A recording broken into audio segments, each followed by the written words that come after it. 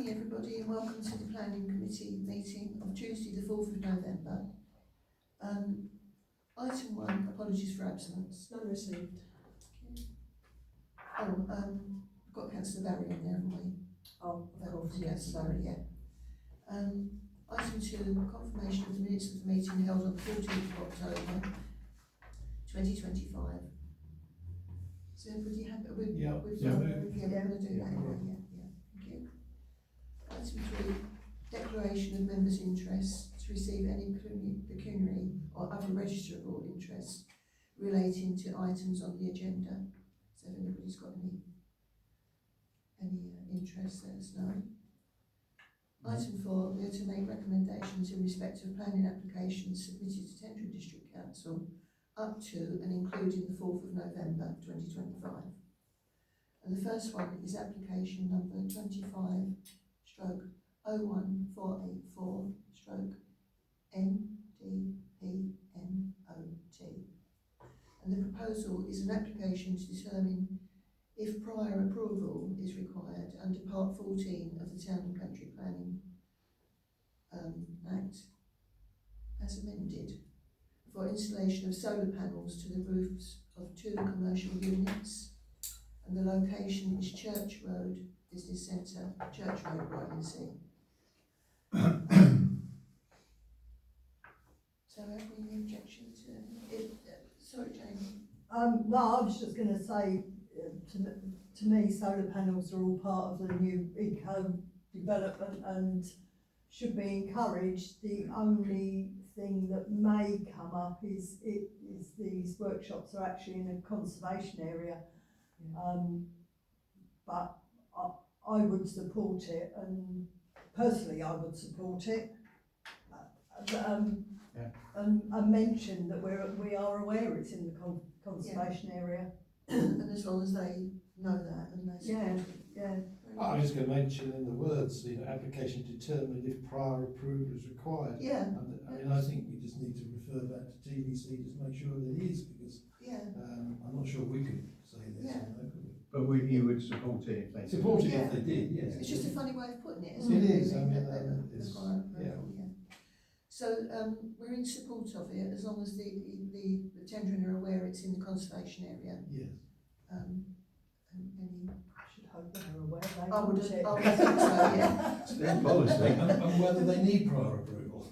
And use whether they need it. It's a weird way. So anyway, we're making them aware, so that's good. Yeah. Next application is 25/015552/FUL. Proposal planning application which is retrospective change of use from builder's yard to B2, which is general industrial, and retention of small storage unit. And the location is the Yard, Lime Street, Brightlingsea. I think we've got some public with us from Lime Street. If you could, would you like to speak? First? Yes, yeah. And then if you could just say your name first and then... Yeah. My name's Joshua Beattie and I live in Tower Street backing onto Lime Street. We've been through the support statement and it's riddled with inaccuracies, manipulations. There's hardly anything there that you can even go on, to be honest with you. It's a real misrepresentation of the area, the context, the site, its historical use is inaccurate. It's actually troubling that tendering, they've even mentioned him by name, the officer who we've had dealings with, that an enforcement officer would suggest B2 industrial use in the conservation setting near Grade 1 listed building in the coastal protection belt and also outside of the boundary, the development boundary. Why TDC, why would they suggest such a thing in a predominantly residential area as well? It doesn't make any sense and it goes against all of their policies, so why would they even suggest that? It's absolutely bizarre. So we see it's retrospective, so it looks like it's already been altered. It's in breach, and they've admitted it's in breach. They've chosen not to act since the complaint went in March time. There have been deliberate delays in getting on site. We've documented it. We've got evidence and emails from the officer himself, as well as photos, videos, to show the breaches. Can I Yeah. just interrupt you? To play the rules absolutely accurate, you've got 2 minutes. Yeah, I just want to make the point that I don't think I'd like you to make your case as to why this shouldn't happen, yes. rather than the periphery, because Yes, sure. you're getting distracted from that, and Yeah, I'd like it recorded where you want to object. Yeah, no problem at all. Yeah, so as I've said before, it's within the setting of a conservation area and it's a grade 1 listed building. It's in the coastal protection belt. They've not even mentioned that in the report, and it says that you need to give a very good reason why you need to be in that location to operate. Also, it's in a residential area. It's in the back of people's gardens. This says the nearest property that they've done the sound test is 30 metres away. The nearest house is 14 metres away. You know, so everything's misrepresented here. It's a very sensitive area, and it's already had a severe effect on public health, mental health, as well as the environmental side of things. I've got a doctor's note linking it to chest infections. I've actually got it signed off by a GP, and other residents have already voiced this complaints to TDC. They're well aware of the situation. Thank you. Could I ask, what's the day-to-day practical implications for you living there? It's obviously in operation. Oh, it's head on earth. You know, the noises that in here they're saying that they're just doing light carpentry occasionally, and 3 units being used for storage. They're cutting up vehicles. You can metal on metal. They're doing welding, which is carcinogenic. Yeah. It shouldn't be in this area. They're cutting up metal. You can imagine the noise. There's people, an auto electrics firm in there with storing things, batteries which are combustible as well, which is dangerous. The noise is unbearable. We can't even sit in our gardens and enjoy it. It's unbelievable. This is constant. Yeah, well, they decide magically to stop working on days when people from tendering turn up. This is a pattern. We've documented it. It's all, we've got video and photographic evidence of all of it. You know, for us on a day-to-day basis, we've got lots of elderly people in the area as well, and people with families. They've all had chest infections and reported these to TDC as well. It's just not suitable for a residential area whatsoever. We've got commercial areas where they could be. They don't want to do that because an FOI has showed up that they've never been paying business rates. So they're there on the fiddle. Can I just thank you, Josh? I think my concern is something you've just picked up on, that there's 3 units for storage. We know there's lots of units on it. They're actually asking for a retention of small storage unit, a unit. It's very contradictory. Yeah. I think that's the way of putting it, and I think it needs to be correct. Yeah. So, Did you want to come back? Yeah, I've got an aerial view here from 2022 before they purchased it, and it shows the 2 original units. I've got a map here, an up-to-date one since their ownership, and it shows they've built 2 extra units. They've demolished the lean-to and built 2 extra units. They've got a shipping container, which I've got a photo of them moving it on the site, using that as storage as well. And they've also got a permanent portaloo they're using, and you need a permit for that in a coastal protection zone anyway. And they're having it pumped out on a regular basis. There's lots of things going wrong. But yeah, going back to what James said, there's at least 2 extra units on the site in a shipping container. Okay, thank you. Chris, did you want? Well, I've got a list of things. First of all, there's been several appeals in that area, and I think they've all turned down any type of development like this. So I think maybe the district council should be aware of that, or remind themselves of that. The closeness to the residential, I went and had a look at that, and I measured it at 15 metres, but I won't argue about that.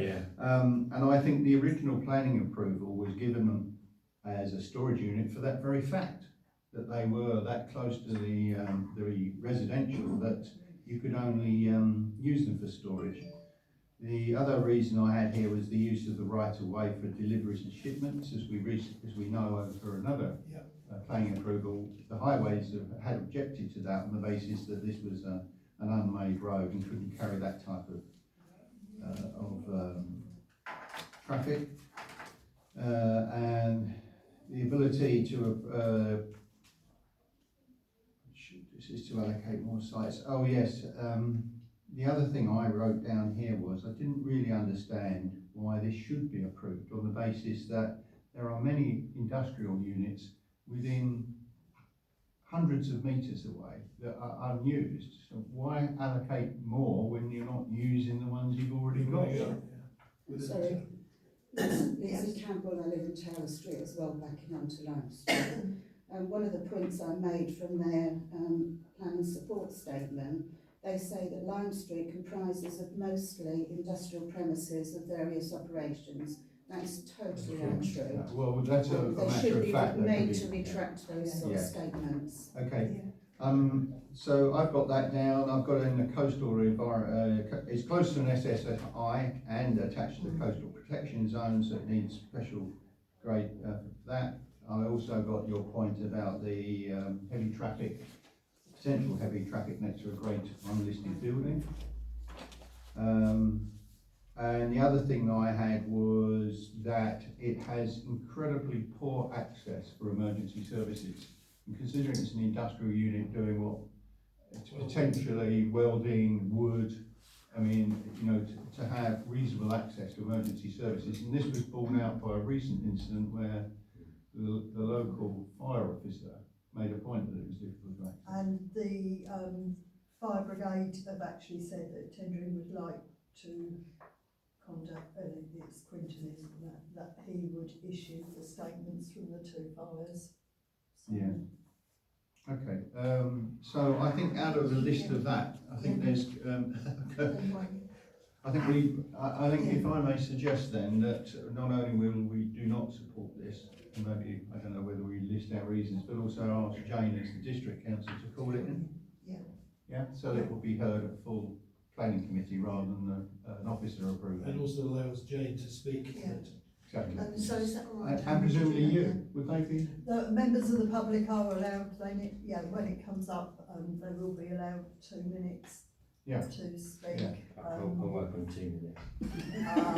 With any luck, I'm going to try and go under as district councillor because it gives me longer to speak. Right, okay. So Tracy, so we're not approved and then we're asking So we're Jane to put objecting. it in. Yeah. You want to His vote on comments. Okay, so Thank you very much. thank you. You can stay if you want to.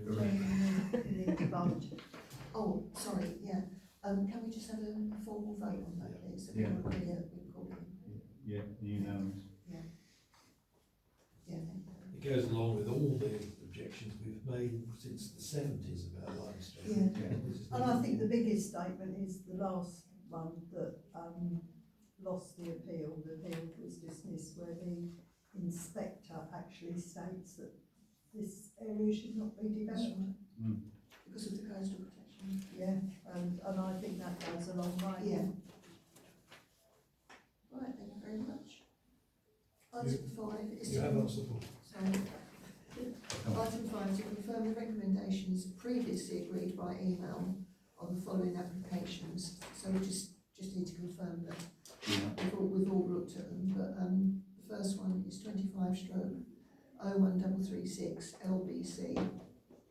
And the proposal is an application for listed building consent and to replace the fire damaged roof, some of the external cladding and the timber frame to the front third of the building, full rewire, and the internal wall finishes replaced, and the location is University Yacht Club, 45 Waterside. We've all looked at this and we did support, so could Jeff show hands that we support it. Definitely support. The next one was application 25/01485 FULHH, proposal householder planning application for a side extension at 67 Church Road, Brightonsea. And we all agreed to support this, so Yes. we don't need to vote on it. With that, Yep. isn't it? Yep. With that, I end the meeting.